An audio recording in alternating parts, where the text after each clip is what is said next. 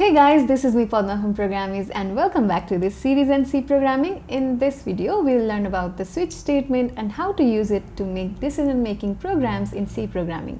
Here we will also create a calculator using switch statement. So let's get started. Before we learn about switch statement, let's consider a scenario. We are given a number between 1 to 7 and based on the number we have to print the day of a week. For example, if the number is 1, then the day is Sunday, and if the number is 2, then the day is Monday, and so on. Now we can use the if-else statement for this. However, for every number there should be a separate condition. This will make our program look messy and difficult to understand. For such type of problems, where we have to choose from multiple options, a better approach will be switch statement. Let's start with the syntax of the switch statement first. The switch statement starts with the switch keyword followed by the variable or expression inside the parenthesis. Inside the switch statement, we can create multiple cases, and each cases will have its own value. Now the value of variable or expression is compared with the value of individual cases. If the result of the variable or expression is equals to value 1, then the body of case 1 is executed. Similarly, if the result is value 2, then the body of case 2 is executed, and so on. However, if the result does not match any case, then the body of default is executed. Now let's get back to our original problem of finding the days of the week. On the screen you can see the basic C program. Now I'll create a variable number, int number. Then I'll ask the user to enter the number between 1 to 7. So I'll use printf statement and I'll print the message like enter the number between 1 to 7 and store the value to the number variable. So scanf side quotation %t comma ampersand name of the variable, that is number. Then I'll create the switch statement that will print the day of the week. As we have already discussed, we'll use switch keyword and then inside parenthesis we'll put variable or expression. In this case we have variable number, so I'll put number here, then a curly braces. Inside this curly braces we'll add cases. So when the case is 1, I'll print Sunday, and I'll use break statement after that. I'll talk about this break statement later on the video, so let's continue. When the case is 2, I'll print Monday. So Monday and break statement. So what I will do is I'll copy this and paste this 5 more times, and at the end I'll put default and I'll print invalid number.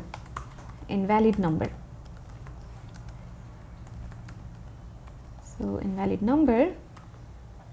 Now the case 1 and case 2 is already done, so I'll edit from case 3, and case 3 is Tuesday. Similarly, case 4 is Wednesday, and case 5 is Thursday. So we'll write Thursday here. Then case 6 is Friday. And finally, case 7 is Saturday. So let's make this as capital.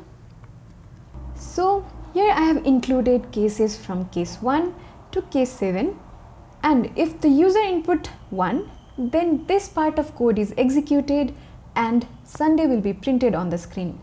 And if the user input 2, then this part of code will be executed and Monday will be printed on the screen. However, if the user input any number except 1 to 7, then the code inside default will be executed and invalid number is printed on the screen. Now let me run this program. I'll enter 5 Now the input value 5 matched this case number 5, and Thursday is printed on the screen. Now let me run this code again. This time I'll enter 6. As expected, we get Friday as output. Now once again I'll run this code, and this time I'll enter the number that does not lies between 1 to 7. So I'll enter 9. And as you can see, I got the output invalid number, which is present inside the default. Here the default case is optional. We can remove this if we are sure that the input value matches one of the cases. Go ahead and remove the default value and try the code. Here, if you have noticed, I have used break statement inside individual cases. Here this break statement exits the switch statement once the matching case is executed. If we don't use the break statement, all the cases after the matching case will be executed. Now let me show you. I'll remove this break statement from the program. So let's remove this. Now I have removed the break statement from each cases. Now I'll run this code and I'll enter 5, and it matches the case number 5, and Thursday is printed at first, then all the cases after that is also executed. So we get the output Thursday, Friday, Saturday, invalid number. This is why it is important to use break after every cases.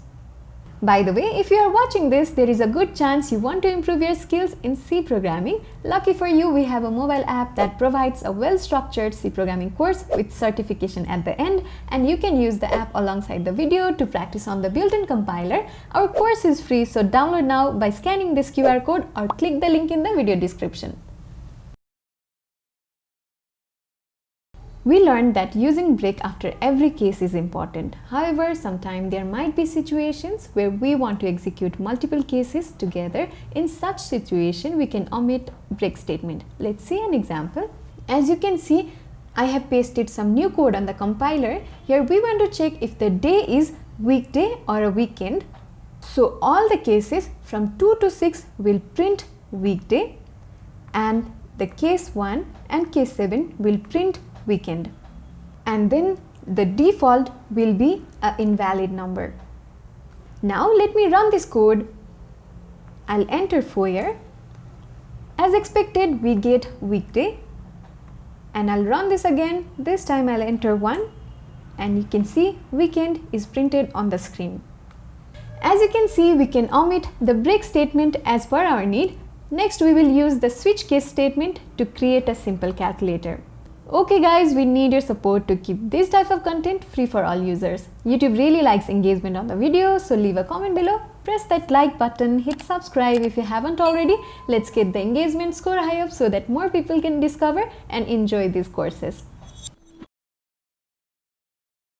Now that we know the working of the switch statement, let's create a simple calculator using it. Here I have copy-pasted the code from our GitHub repository so that you don't have to see me typing the whole thing.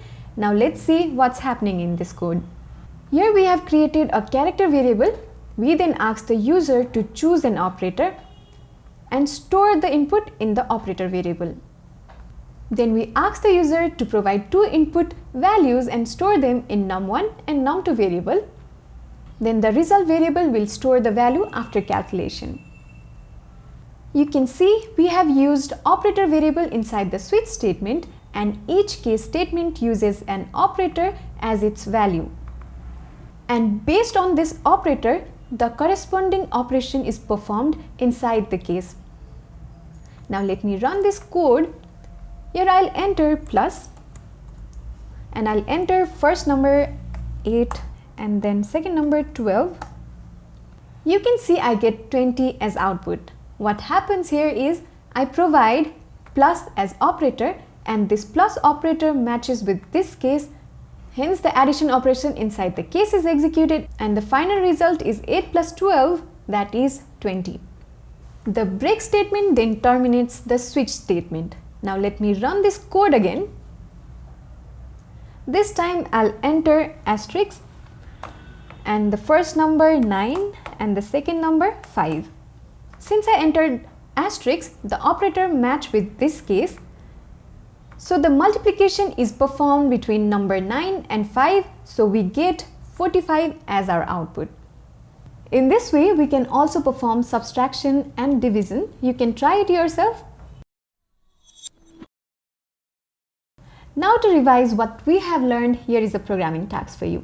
Use the switch statement to create a program that will find the month based on the number input. Here, take the input from 1 to 12 and print the corresponding month based on the input value. If the number is 1, print January. If number is 2, print February, and number is 3, then print March, and so on. You can find the answer to this question in our GitHub repository. Also, if you want to revise today's learning, all the programs will be present inside the repository. The link is in the video description. Now that we have reached the end of this video, it's time for Programiz quiz. Which of the cases is executed in the following code? Comment your answer below. See you in the next video. Happy programming!